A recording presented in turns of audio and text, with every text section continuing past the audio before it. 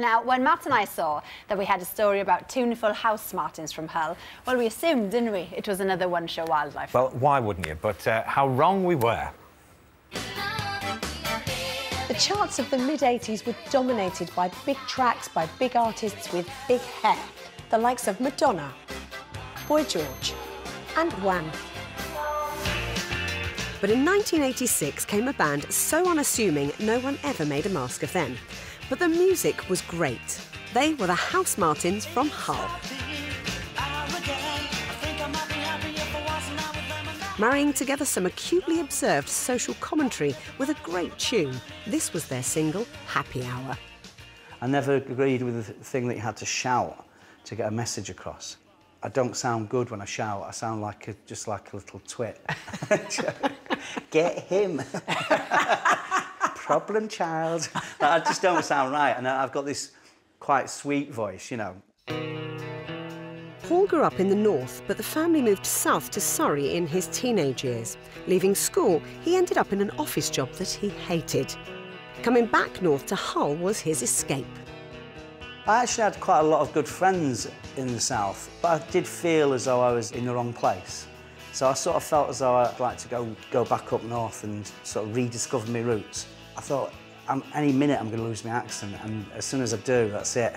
I'm officially part of the south, so I pelted up there at the age of 20. This was Paul's new local, and just down the road was the house he rented, where the House Martins were born. So I just put a thing in the window saying guitarist wanted.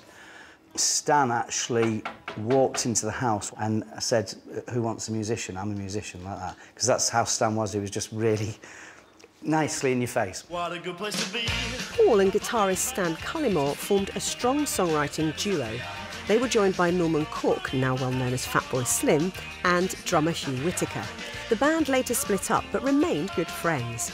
Hugh, still living nearby, meets Paul to share some memories. This is it just says there, House Martins in the kitchen, and I think we just recorded it just to, I don't know, to listen back, see what was going right and wrong.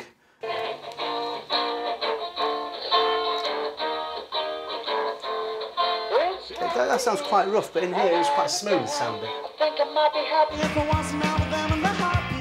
When I first heard it, I knew it was going to be one of our strongest songs in the set, but just didn't know how big it would be, you know. So, I mean, I knew I liked it and thought it was a great song.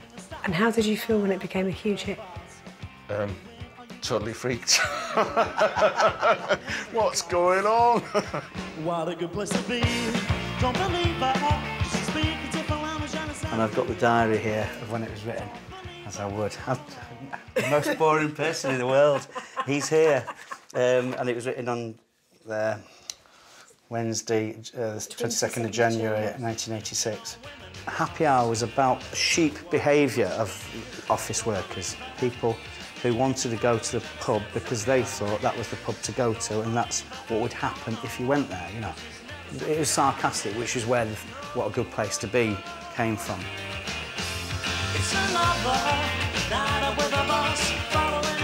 But like most songs, it took on a whole different life of its own.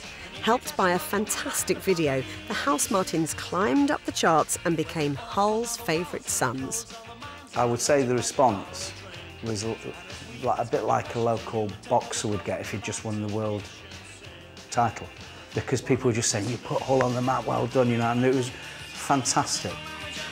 Of course, Happy Hour was just the start. The House Martins' cover of Caravan of Love hit the #1 spot later that year, and Paul went on to further chart success with his band The Beautiful South.